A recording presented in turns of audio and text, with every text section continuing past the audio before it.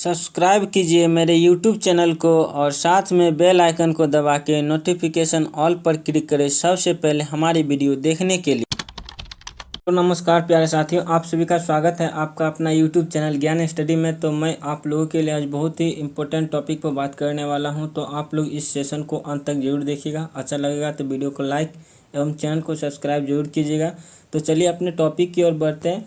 देखिए, पहला है कि उत्सर्जन एक्सक्रेशन है क्या। तो हमारे शरीर में जो होता है विभिन्न उपापचयी क्रिया मेटाबॉलिज्म जो है रिएक्शन होती है, उनके फलस्वरूप क्या होता है कि विभिन्न प्रकार के अपशिष्ट पदार्थ जो होता है वेस्ट मटेरियल जो है शरीर के अंदर बन जाते हैं। तो उसको बाहर निकालने की जो है एक प्रोसेस होती है, एक क्रिया होती है, जिसे क्या कहते हैं, एक्सक्रेशन कहते हैं, उत्सर्जन कहते हैं। इसमें तो जो है अमोनिया, यूरिया, यूरिक अम्ल, ये जो है अपशिष्ट है वेस्ट मटेरियल जो कि हमारे शरीर के लिए बहुत ही हानिकारक है। तो इसको शरीर से बाहर निकालने की क्रिया जो है क्या कहलाएगा, उत्सर्जन कहलाएगी। चलिए, उत्सर्जी पदार्थ क्या है। उत्सर्जी पदार्थ में जो होता है कि उपापचयी क्रिया के फलस्वरूप बने अपशिष्ट वेस्ट मटेरियल को क्या कहा जाता है, उत्सर्जी पदार्थ कहा जाता है। यूरिया, यूरिक अम्ल, अमोनिया, ये जो है हमारे शरीर के लिए फायदे नहीं है, बट इसका जो है फर्टिलाइजेशन में यूज होता है, क्योंकि ये पेड़ पौधे के लिए बहुत ही इम्पोर्टेंट है, महत्वपूर्ण है। चलिए, तो नेक्स्ट है उत्सर्जी पदार्थ के आधार पर जीवों का वर्गीकरण कर जो है जीवों को कितने भागों में डिवाइड किया गया है। तो देखिए, पहला जो डिवाइड किया गया अमोनोटेलिक, जो प्राणी अमोनिया का उत्सर्जन करता है उसे अमोनोटेलिक कहते हैं। यानी बहुत सारे जीव हैं जो क्या करते हैं, अपना जो उत्सर्जन अमोनिया के रूप में करते हैं, तो उसको क्या बोलते हैं, अमोनोटेलिक प्राणी बोलते हैं। तो इसमें जो है अधिकांश जलीय जीव हो जाएंगे, जैसे कि पीसीज ग्रुप के जितने भी अधिकांश जीव हो जाते हैं, तो उसका जो है वो अमोनिया का उत्सर्जन करते हैं, तो उसको क्या बोलते हैं, अमोनोटेलिक बोलते हैं। दूसरा है यूरोटेलिक। यूरियोटेलिक प्राणी जो है यूरिया का उत्सर्जन करता है उसे यूरियोटेलिक प्राणी कहते हैं। यानी कि जो अपना उत्सर्जन के रूप में यूरिया का निष्कासन करे, NH2CO NH2 का जो है यानी यूरिया का जो है उत्सर्जन करता है, तो उसको क्या बोलते हैं, यूरियोटेलिक प्राणी। जैसे कि अधिकांश स्तनधारी जीव, यहाँ तक कि स्तनधारी जीव में अधिकांश, जैसे कि मनुष्य हो गया, मनुष्य में जो है यूरिया के रूप में होता है। मेमल्स में जितने भी मेमल्स हैं लगभग उसमें जो है क्या होता है कि यूरिया के ही रूप में उत्सर्जन होता है। चलिए, नेक्स्ट है यूरिकोटेलिक प्राणी। यूरिकोटेलिक प्राणी जो उत्सर्जी पदार्थ के रूप में यूरिक अम्ल का उत्सर्जन करता है, यानी कि जो जीव जो होता है अपना उत्सर्जन यूरिक अम्ल के रूप में करता है, तो उसको बोलते हैं यूरिकोटेलिक प्राणी कहते हैं। जैसे कि अधिकांश रेप्टाइल्स, घोंघा, पक्षी, ये सब जो है यूरिकोटेलिक प्राणी हैं, क्योंकि यह सब जो है यूरिक अम्ल के रूप में जो है उत्सर्जन करते हैं।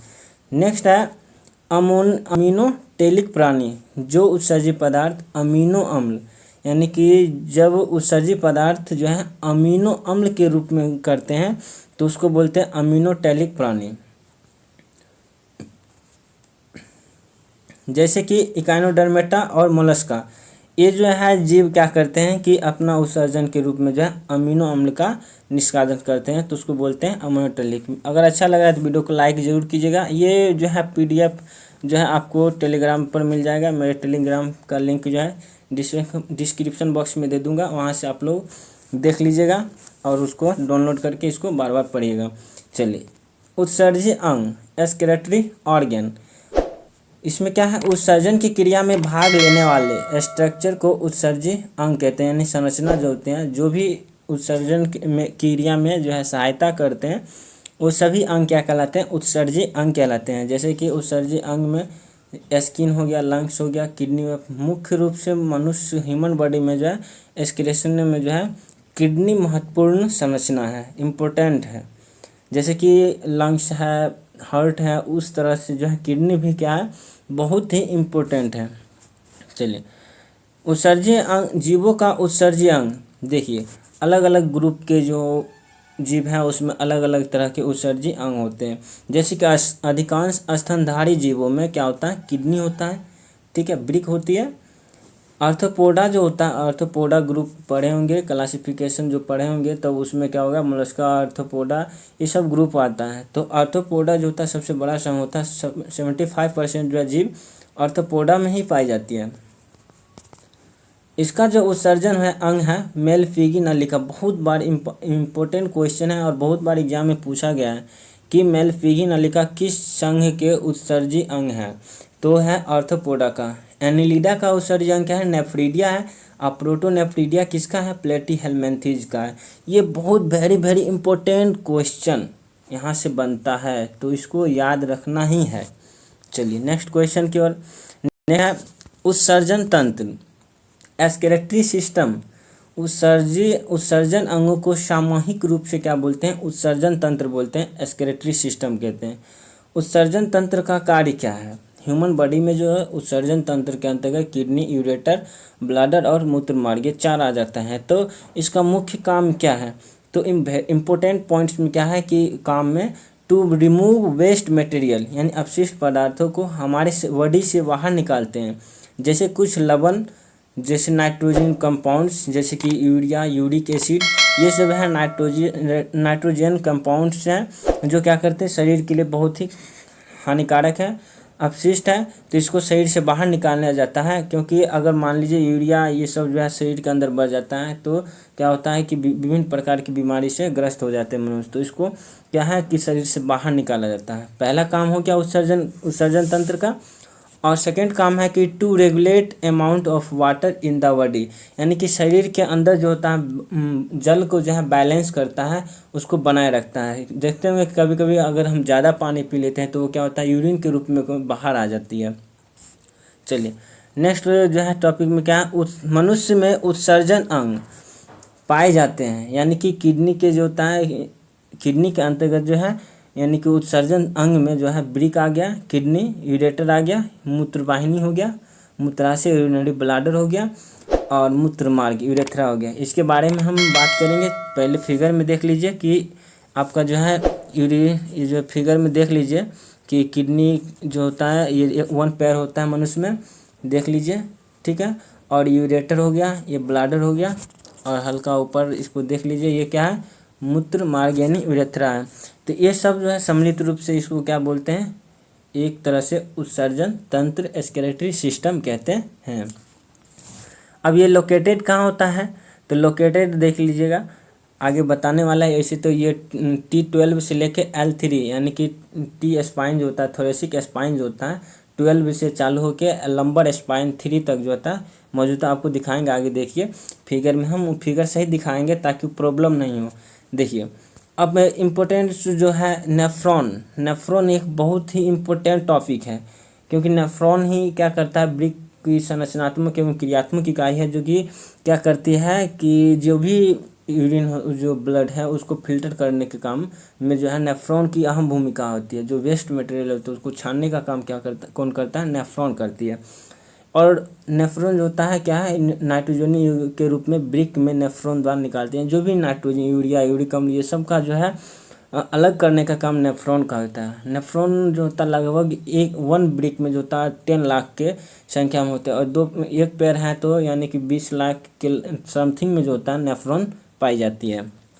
चलिए किडनी के बारे में पढ़ते हैं। किडनी क्या है, तो किडनी जो होता है प्रत्येक ह्यूमन बॉडी में 2 होती है। यह लंबर स्पाइन के एब्डोमिनल कैविटी, बहुत इंपॉर्टेंट टॉपिक, इसको याद रखना है पॉइंट्स में, एब्डोमिनल कैविटी में स्थित होता है। यह आगे प्रत्येक किडनी का वजन जो होता है लगभग 150 जो होता है ग्राम होता है एडल्ट में। कहीं ऑप्शन में मिल जाता है 140 भी मिल जाता है, तो घबराना नहीं है। लोकेटेड देख लीजिए, T12 से लेके L3 के बीच में क्या होता है, ये लोकेटेड होता है। फिगर में देखिए कि T12 और L3 कहाँ है। देखिए T12 यहाँ पर है, ठीक है, T12 यहाँ पर है, और यहाँ से जो देखिए कि किडनी का लोकेटेड है, और ये किडनी है। तो T12 से लेके और L3 देखिए, ये L3 लंबर स्पाइन है, उसके बीच में जो होता है किडनी क्या होता है, लोकेटेड होता है, स्थित होता है। चलिए नेक्स्ट है क्वेश्चन जो है kidney stone, very important topic, जो कि यहाँ से क्वेश्चन बनता ही है। 1 नंबर का तो क्वेश्चन जरूर बनता है। किडनी स्टोन रीनल कैलकुलस या नेफ्रोलिथ या यूरोलिथियासिस इसको बोलते हैं। और इसका कॉज क्या है, इसका कारण क्या है, तो कैल्शियम ऑक्जिलेट, कैल्शियम ऑक्जिलेट के कारण जो होता है किडनी स्टोन होता है, रीनल कैलकुलस होता है, या नेफ्रोलिथ होता है, या यूरोलिथियासिस इसको बोल सकते हैं। देखिए अब जो एक स्टोन है इसको रिमूव किया जाता है, तो रिमूव ऑफ द स्टोन, इस क्रिया को क्या कहते हैं, परक्यूटेनियस नेफ्रोलिथियासिस इसको बोलते हैं। वेरी वेरी इंपॉर्टेंट टॉपिक, इसको याद रखना है। चलिए नेक्स्ट है हाइड्रोनेफ्रोसिस। क्या है, excess fluid in a kidney due to a back of urine, यानी कि जब स्टोन हो जाता है यूरेटर में, उसको जो है ब्लॉक कर देने के कारण यूरिन क्या होता है, ब्लाडर में नहीं जाके वो बैक फ्लो होके किडनी में ही आ जाता है, यानी कि तो उसको क्या बोलते हैं, जैसे कि फिगर में आप समझ सकते हैं, फिगर दिखाते हैं। जैसे कि देखिए यहाँ पे मान लीजिए किडनी में स्टोन हो गया, स्टोन होने के कारण क्या होता है कि यहाँ की यूरेटर मान लीजिए ब्लॉक हो गया, तो जो यूरिन बना है यहाँ से, तो यूरिन क्या होगा, बैक फ्लो होके यहाँ पे आ जाता है, और नेफ्रॉन में क्या होता है, वो भर जाता है। इसके और डिसेक्शन किया जाएगा तो आंतरिक संरचना में नेफ्रॉन जो होता है उसमें भर जाता है वाटर यूरिन के रूप में, तो क्या होता है, उसको बोलते हैं हाइड्रोनेफ्रोसिस। ठीक है, इसको याद रखिएगा।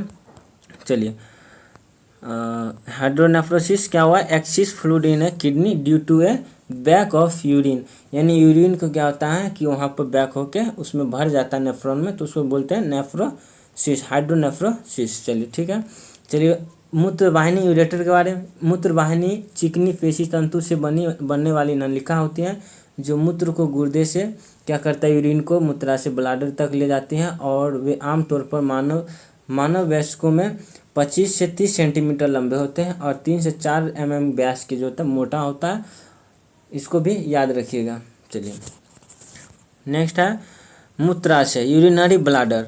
मूत्राशय वह अंग है, यूरिनरी ब्लाडर जो है शरीर में क्या करता है, मूत्र को यूरिन को क्या करता है, संग्रहित करता है। यह पियर, इसका जो शेप क्या होता है, पियर शेप्ड, बहुत इंपॉर्टेंट पियर शेप्ड का होता है।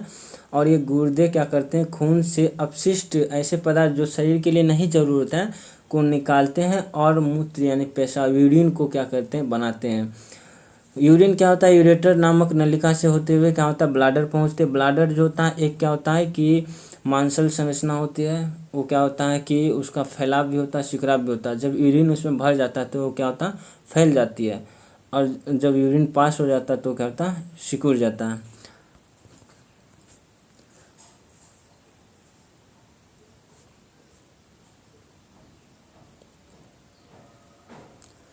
तो मूत्र मार्ग के माध्यम से शरीर से बाहर निकाल दिया जाता है। ठीक है, यूरिन को कहाँ, मूत्र मार्ग जो होता है यूरेथ्रा होता है, यह यूरिन को क्या करता है, बाहर निकाल देता है। तो ये वीडियो कैसा लगा, अच्छा लगा हो तो वीडियो को लाइक जरूर कीजिएगा।